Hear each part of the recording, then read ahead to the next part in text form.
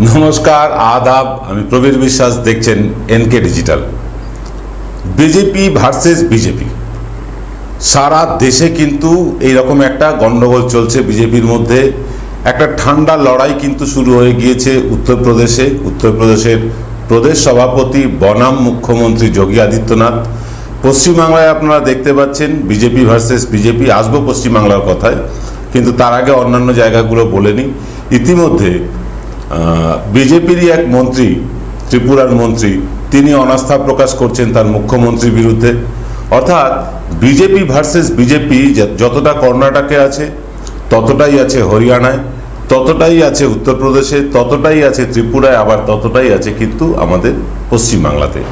অর্থাৎ এই বিজেপির মধ্যে কে বড়, এই নিয়ে একটা বিরাট লড়াই চলছে। আপনারা জানেন জেপি নাড্ডা সভাপতি হওয়া সত্ত্বেও আসল ছড়িটা কিন্তু ঘোরান নরেন্দ্র মোদী আর অমিত শাহ। জেপি নাড্ডাকে একটা কাঠপুতুলের মতন বসিয়ে রাখা হয়েছে, তাকে দিয়ে যা বলানো হয় তিনি তাই বলেন। পশ্চিমবাংলাতেও কিন্তু এরকম একটা পরিস্থিতি তৈরি হয়েছে। সম্প্রতি আমরা একটি ভিডিও ক্লিপ পেলাম, তাতে দেখা যাচ্ছে যে দিলীপ ঘোষ, বিজেপির রাজ্য সভাপতি, তিনি তারই কাউন্সিলরের বিরুদ্ধে কুকথা বলছেন, নোংরা কথা বলছেন, অশিষ্ট কথা বলছেন। আমরা আছি 5 বছর ধরে লড়াই করছি। কথাই শুনছে না। বাড়ির সামনে হেগে দিয়ে আসুন গিয়ে, বাড়ির সামনে হেগে দিয়ে আসুন গিয়ে, বাড়ির সামনে হেগে দিয়ে আসুন গিয়ে, বাড়ির সামনে হেগে দিয়ে আসুন গিয়ে। দেখলেন বিজেপির যিনি প্রদেশ সভাপতি, তিনি তার কাউন্সিলরের বিরুদ্ধে বলছেন। পাল্টা কাউন্সিলর কিন্তু নালিশ করছেন আবার দিল্লিতে, যে আমার নামে এই বলা হচ্ছে সেই বলা হচ্ছে। তিনি কিন্তু নিজেকে নিরপরাধ প্রমাণ করতে তিনি কিন্তু সর্বত্র ভিডিও ছড়িয়ে বেড়াচ্ছেন। সোশ্যাল মিডিয়া সেই ভিডিও আপনারা দেখেছেন। এই বিজেপি ভার্সেস বিজেপি লড়াইটা কিন্তু নতুন না।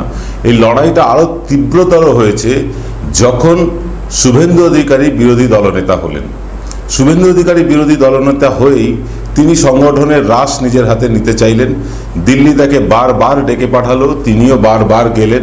কারণ এটা তো মানে একরকম দুজনের দল, নরেন্দ্র মোদী আর অমিত শাহ, তারা যতবার ডাকবেন এই শুভেন্দু অধিকারী দিলীপ ঘোষদের ততবার যেতে হবে। কারণ এই রাজ্যের যারা বিজেপির ক্ষমতায় আছে বা পদে আছে, তাদের বিন্দুমাত্র কোনো ক্ষমতা নেই কোনো সিদ্ধান্ত নেওয়ার। তাই এই যে দিলীপ ঘোষ চলে যাচ্ছেন, দিলীপ ঘোষের মেয়াদ ফুরিয়ে যাচ্ছে, তিনি সভাপতি আর থাকবেন না, কিন্তু সংগঠনের রাশটা কিন্তু তিনি নিজের হাতেই রাখতে চান। উল্টো দিকে শুভেন্দু অধিকারীও কিন্তু সংগঠনের রাশ নিজের হাতে রাখতে চাইছেন। সাংগঠনিক বিভিন্ন মঞ্চে তাকে বক্তব্য রাখতে দেখা যাচ্ছে দিলীপ ঘোষকেও। মাঝখানে কিছুদিন ঠান্ডা ছিল, শুভেন্দু অধিকারীকে দিল্লিতে শেষবার যখন ডেকে পাঠানো হলো, জানি না তাদের ঠান্ডা ঘরে কি কথা হয়েছে, কিন্তু এটা আমরা স্পষ্টত দেখলাম যে শুভেন্দু অধিকারী হঠাৎ চুপ করে গেলেন, দিলীপ ঘোষও কিছুদিন চুপ। তারপরেই আবার দুজনেই স্বমহিমায় ফিরলেন। দিলীপ ঘোষ নিজের দলের নেত্রীর বিরুদ্ধে বিষোদাগার করছেন, শুভেন্দু অধিকারী সংগঠনের কাজে দখলদারি দিচ্ছেন। রাহুল সিনহা চুপ করে থাকেন কেন? রাহুল সিনহাও কিন্তু মাঝে মাঝে ফোড়ন কাটছেন। সায়ন্তন বোস, যিনি খর্দায় রবীন্দ্রনাথের মূর্তির মালা দিতে গিয়ে সেখানকার মানুষের তাড়া খেয়েছেন। এই তাড়া খাওয়া বিজেপি আর ক্ষমতায় থাকা বিজেপি, এদের মধ্যে একটা লড়াই চলছে। অর্থাৎ আদি বিজেপি, নব্য বিজেপির যে লড়াইটা ছিল নির্বাচনের আগেও, সেই লড়াইটা কিন্তু আজও দেখা যাচ্ছে। ত্রিপুরাতে একজন মন্ত্রী বলছেন তিনি বিপ্লব দেবের উপর আস্থা রাখতে পারছেন না। উত্তরপ্রদেশে যিনি প্রদেশ সভাপতি মৌর্য, তিনি আস্থা রাখতে পারছেন না যোগীর ওপরে।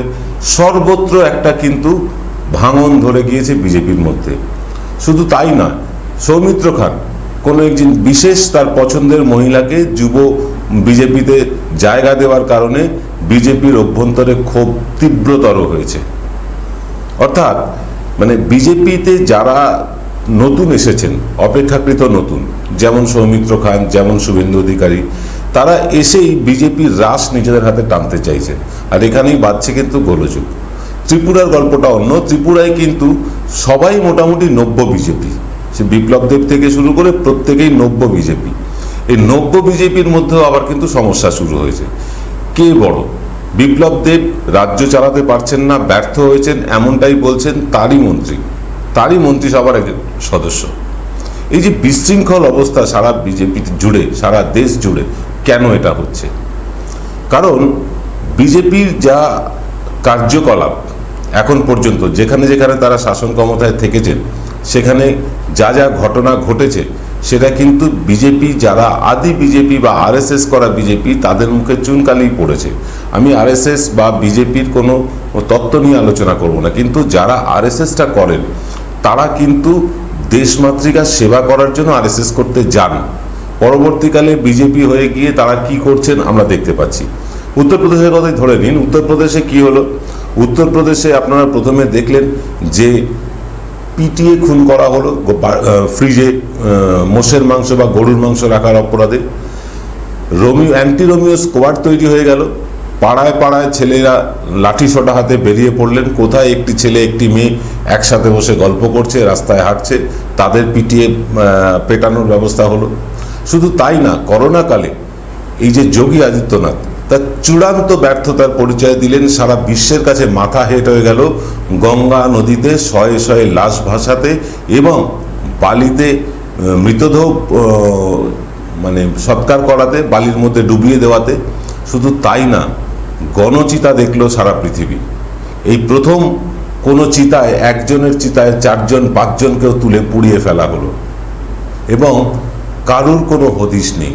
এখন কিন্তু বিজেপি সামনে নির্বাচন, উত্তরপ্রদেশে তাদের পাখির চোখ কিন্তু এখন উত্তরপ্রদেশ। ত্রিপুরা নিয়ে বিজেপি খুব একটা ভাবছে বলে মনে হচ্ছে না, কিন্তু উত্তরপ্রদেশে কিন্তু তাদের পাখির চোখ। কারণ বাংলায় তাদের মুখ পুড়েছে, বাংলায় তারা এখানে এসে মানে প্রায় ডেলি প্যাসেঞ্জার করে দিয়েছিলেন মমতা ব্যানার্জির দল, ওই জেপি নাড্ডা, অমিত শাহ, নরেন্দ্র মোদী, বিজয়বর্গী, এদেরকে। এরা প্রত্যেক দিন আসতেন, দলিতদের বাড়িতে খেতেন, মিটিং মিছিল করতেন, তাদের আর এখন দেখা যাচ্ছে না। যাই হোক, সেটা বিজেপির সমস্যা, তারা কিভাবে এটা মোকাবিলা করবেন।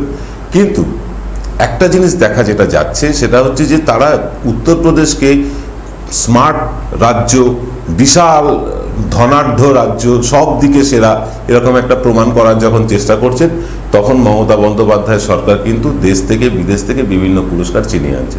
ইজ অফ ডুইং বিজনেসে এবারও কিন্তু পশ্চিমবাংলা সেরা। শুধু তাই না, পশ্চিমবাংলার সর্বক্ষেত্রে কিন্তু নিজেদের সাফল্যের ছাপ রাখছেন। উল্টো দিকে দেখুন, বিজেপির শাসিত উত্তরপ্রদেশ বা ত্রিপুরা, এই রাজ্যগুলোতে দেখুন, এখানে কিন্তু ধ্বংসাত্মক রাজনীতি হচ্ছে। গত 1 মাসে পশ্চিমবাংলায় একটিও শতপ্রণোদিত মামলা হয়নি পুলিশের তরফ থেকে, অর্থাৎ এমন কোনো দুর্ঘটনা, এমন কোনো অঘটন ঘটেনি যাতে পুলিশকে মামলা করতে হয়। এরপরেও বলা হচ্ছে পশ্চিমবাংলা উপদ্রুত, কারণ এটা বলতে হবে। আপনারা লক্ষ্য করেছেন আমাদের রাজ্যপাল জগদীপ ধনখড়, তিনি প্রতিদিন মানে একাধিক টুইট না করলে যা রাতের ঘুম আসতো না, তিনি হঠাৎ টুইট করা বন্ধ করে দিলেন। কেন করলেন?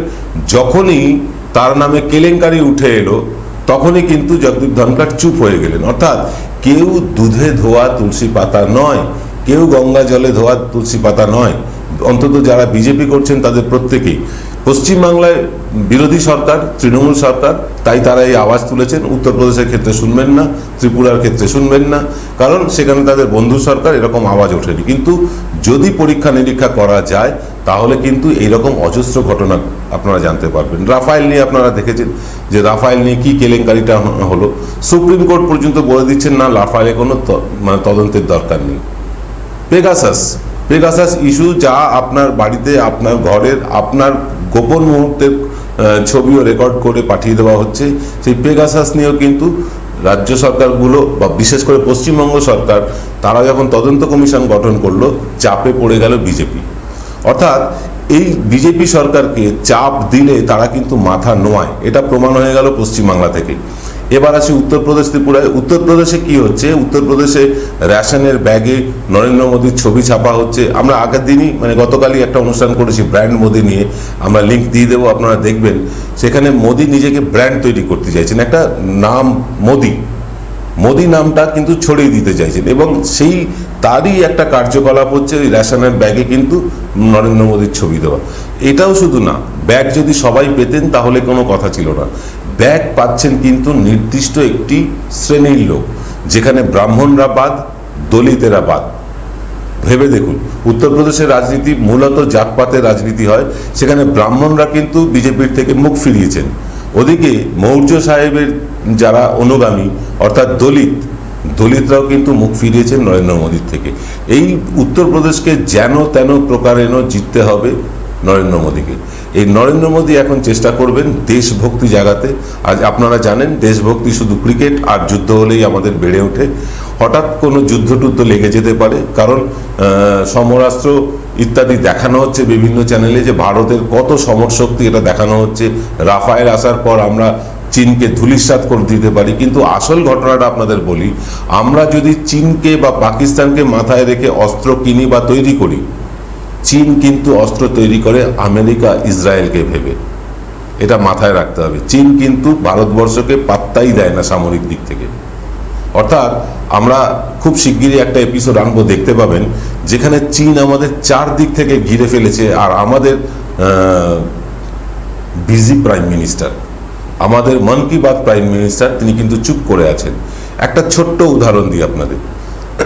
পাকিস্তানে একটি রাস্তা তৈরি হচ্ছে, যে রাস্তাটি চীন থেকে পিওকে অর্থাৎ পাকিস্তান অকুপাইড কাশ্মীর থেকে পাকিস্তান অধিকৃত কাশ্মীর হয়ে যে রাস্তাটি সোজা চলে যাচ্ছে কিন্তু পাকিস্তান একদম যেখানে সমুদ্র বন্দর, সেখানে খুব সম্ভবত গব্বাটা এরকম কিছু নাম আছে, কিন্তু সেখানে চলে যাচ্ছে। এই রাস্তাটা তৈরি করছে চীনের ব্যবসার বুদ্ধি দেখুন। একটুখানি চীনের ব্যাপারটাও বলতে হবে এখানে, কারণ চীন বলছে পাকিস্তান তোমাকে আমি রাস্তা তৈরি করে দিলাম, এত বড় একটা সড়ক তৈরি করে দিলাম, এর জন্য তুমি আমাকে ওই তোমার সমুদ্র ঘাঁটিতে আমাকে আমার যুদ্ধ বিমান রাখতে দাও, যেগুলো তাক করা থাকছে কিন্তু ভারতের দিকে। অর্থাৎ পাকিস্তানের দিক থেকে ভারতের দিকে কিন্তু যুদ্ধ বিমান তাক করা এবং ভারতের দিকে নজরদারি করা, বিশেষ করে গুজরাট বা মহারাষ্ট্রের দিকে নজর রাখাটা কিন্তু এখন চীনের পক্ষে অত্যন্ত সহজ।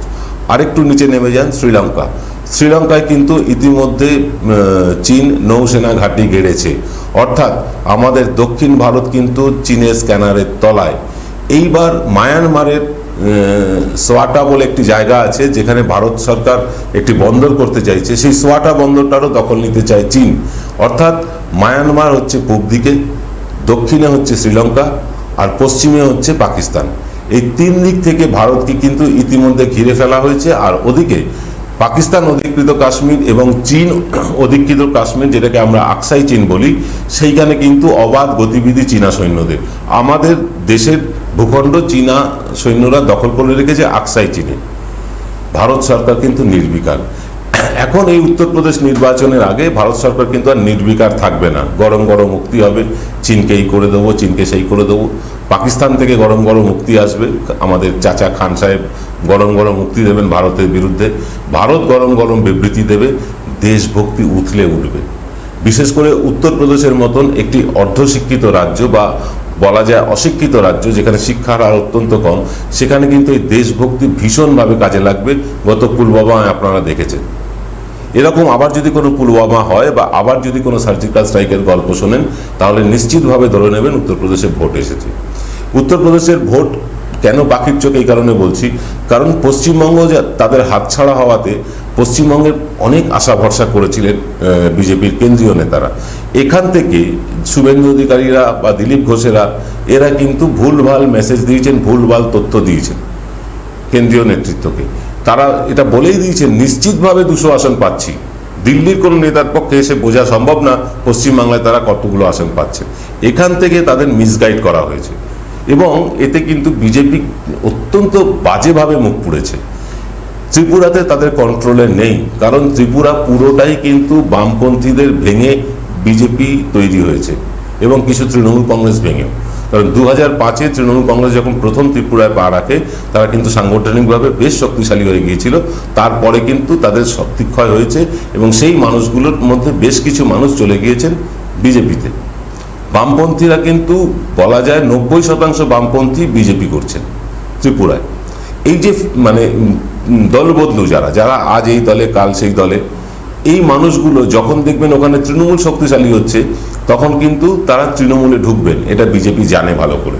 এবং যেহেতু বাংলা ভাষাটা মানে আমাদের দুই রাজ্যের ভাষাই এক, এই তৃণমূলে ঢোকার ক্ষেত্রে তাদের অসুবিধাটা খুব একটা হবে না। কারণ ভাষাগত দিক থেকে যেটা বিজেপির নেতারা বারবার বিড়ম্বনায় পড়েছেন বাংলায়, যে তারা বাংলা বলতে পারেন না, বাংলা বোঝেন না, কিন্তু দলিতদের বাড়িতে খান, তারপরে তাদের ভুলে যান। ত্রিপুরার ক্ষেত্রে একই ঘটনা ঘটতে পারে এই আশঙ্কা করছে বিজেপির থিঙ্ক ট্যাঙ্ক। আর ওদিকে তৃণমূল কংগ্রেস কিন্তু ধীরে ধীরে ধীরে ধীরে তার সংগঠনটা বাড়িয়ে চলেছে। সাম্প্রতিককালে আপনারা দেখেছেন যে বিপ্লব দেবের সরকার কিছু তৃণমূল কর্মীদের উপর আক্রমণ করায় এবং আইপ্যাক একটি সংস্থা, তারা রাজনৈতিক দল না, তাদের উপর মানে প্রতিহিংসামূলক ব্যবস্থা নেওয়ায় মানুষ কিন্তু ক্ষেপে গিয়েছেন। ত্রিপুরায় আজকে যদি কান পাতেন, চায়ের দোকান হোক, খবরের কাগজের পাতা হোক, টেলিভিশন হোক, পাড়ার জমায়েত হোক, আড্ডা হোক, সব জায়গায় একটাই কথা, মমতা ব্যানার্জি। ত্রিপুরার মানুষ কিন্তু আশায় বুক বেঁধেছেন মমতা ব্যানার্জির দিকে তাকিয়ে। এবার যদি আগের বারের মতন ভুল না করেন, অভিষেক ব্যানার্জি নেতৃত্ব দিচ্ছেন, কুণাল ঘোষ, মলয় ঘটক, ব্রাত্য বসুরা নেতৃত্ব দিচ্ছেন, দেবাংশু, সুদীপ, জয়ারা আছেন, তারা কিন্তু ওখানে সরে আসার জন্য যাননি, এটা কিন্তু প্রমাণিত। তারা কিন্তু ভয় পেয়ে যাননি, এবং এই ভয় না পাওয়াই অকুতভয় ছেলে মেয়েগুলোর জন্যই কিন্তু ত্রিপুরা জয় অনেকটা সহজ হয়ে যাবে তৃণমূলের পক্ষে। আবার আসি উত্তরপ্রদেশের কথায়। উত্তরপ্রদেশে কিন্তু বিজেপির মধ্যে অজস্র ভাঙন। বিজেপি যদি উত্তরপ্রদেশে যোগী আদিত্যনাথকে আবার মুখ্যমন্ত্রী প্রজেক্ট করে, বিজেপির হার নিশ্চিত। কারণ মৌর্য সাহেব তার দলবল হারিয়ে দেবেন। এছাড়া মানে যারা পণ্ডিত বা ব্রাহ্মণ তারা বিজেপির ওপর বিরক্ত, দলিতেরা বিরক্ত। এই এত মানুষকে কিন্তু খেপিয়ে দিয়েছে যোগী আদিত্যনাথ তার বিভিন্ন কার্যকলাপে। আগেই বললাম, অ্যান্টি রোমিও স্কোয়াড থেকে গঙ্গায় লাশ ভাসা, অক্সিজেনের অভাবে শিশু মৃত্যু, এবং যিনি অক্সিজেন সাপ্লাই করলেন তাকেই জেলে ঢুকিয়ে দেওয়া, কাফিল খানের কথা মনে আছে নিশ্চয়ই আপনাদের। এরকম অজস্র ঘটনা আছে যেটা বিজেপি কিন্তু নির্বাচনে গেলে বিরোধীরা তুলে ধরবেন, এবং বিরোধীরা যদি সঠিকভাবে তুলে ধরতে পারেন যোগী আদিত্যনাথের যে ব্যর্থতার দিকগুলো এবং মানুষের কাছে পৌঁছতে পারেন, বিজেপি কিন্তু যদি উত্তরপ্রদেশে ক্ষমতায় আসতে চায় তাদের প্রচণ্ড লড়াই করতে হবে। সে লড়াই কিন্তু ভয়ানক হবে।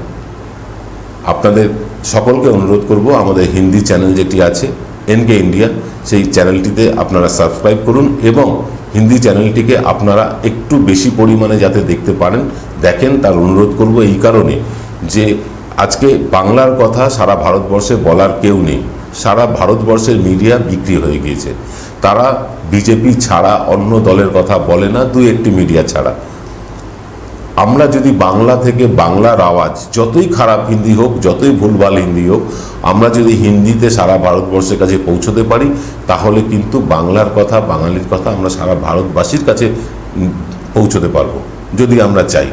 এই কারণে বলছি যে আমাদের হিন্দি চ্যানেলটিকে সাবস্ক্রাইব করুন, চ্যানেলটির ভিডিওগুলো দেখুন বেশি বেশি করে, এবং শেয়ার করুন। তাতে আমরা আগামী 2024-এর নির্বাচনে বাংলার কি বার্তা, বাংলার মানুষ কি চাইছে, বা পূর্ব ভারতের মানুষ কি চাইছে, বা ত্রিপুরার মানুষ কি চাইছে, সে কথা আপনাদের কাছে পৌঁছে দেব। আজ এই পর্যন্ত, সকলে ভালো থাকবেন। জয় বাংলা।